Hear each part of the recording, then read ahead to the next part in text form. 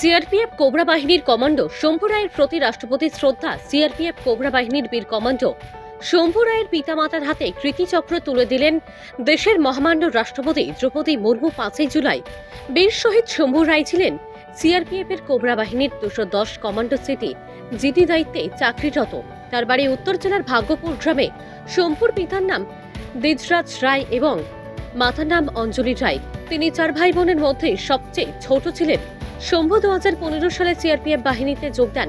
তার জন্ম 18 জুন 1990 সালে এবং তিনি শহীদ হন 3 এপ্রিল 2021 সালে। শম্ভুর পিতা জানান 2021 সালের মার্চ মাসে তিনি 20 দিনের ছুটিতে বাড়ি এসেছিলেন এবং 1 এপ্রিল চাকরিতে যোগ দেন দলগাঁও প্রধান কার্যালয়ে। সেখান থেকে তাকে ছত্তিশগড় সিআরপিএফ ক্যাম্পে নিয়ে যাওয়া হয়। শম্ভুর বাবার সাথে শেষ কথা হয় 1 এপ্রিল এবং 2 এপ্রিল তিনি সিআরপিএফ কমান্ডো বাহিনীর সাথে মাওবাদীদের ধরতে ট্যাকেলগড়া জঙ্গলে যান। 3 এপ্রিল ট্যাকেলগড়া জঙ্গল থেকে ফেরার পথে 3 দিক থেকে মাওবাদীরা কমান্ডো বাহিনীর উপর আক্রমণ চালায়।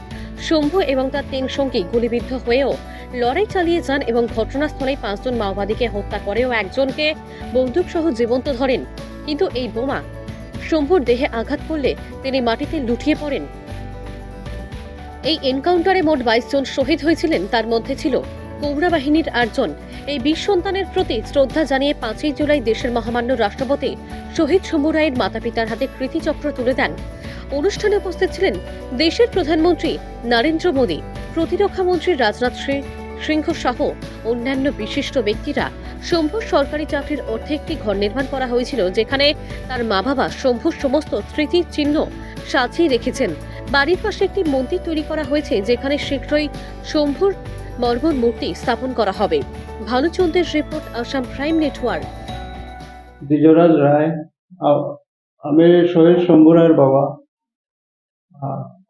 আমরা জানতে পারলাম যে মহামান্য রাষ্ট্রপতি ডিপার্টমেন্টের লোকেরাই বাড়ি থেকে নিয়ে যায় আগরতলা ট্রেনে বসে। তারপর আমরা দিল্লিতে যাই আগরতলা থেকে। আমি শম্ভুর মা, আমাদেরকে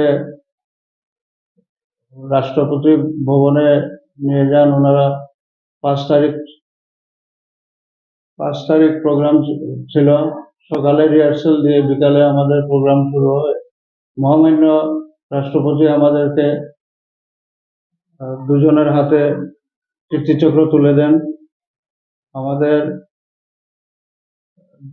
শম্ভুর ডিপার্টমেন্টের ডিআইজি সাহেবের সেখানেও যাই। সেখানে অনেক কিছু বলেন, যে সাহেব বলেন যে অনেক বাহাদুর ছেলে, ও তো গুলি খেয়েও মাওবাদীর সাথে লড়াই করেছে।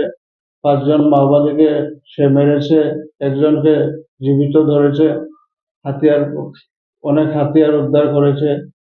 আমি আমার ছেলের জন্য অনেক গর্বিত। সে দেশের জন্য আত্মবলিদান দিয়েছে।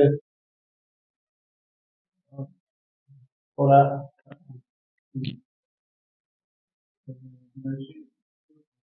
ইনফরমেশন দিয়েছিল, যার জন্য ওরা ফেরার পথে টেকেলগড়ায় ওদেরকে আক্রমণ করে 3 দিক থেকে ফায়ারিং চালায়। ওরা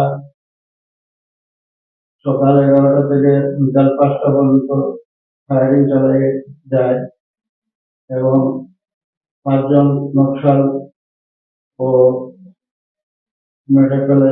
একজন জীবিত, ওকেও ধরে আনে। অনেক হাতিয়ার গোলাবারুদ উদ্ধার করে।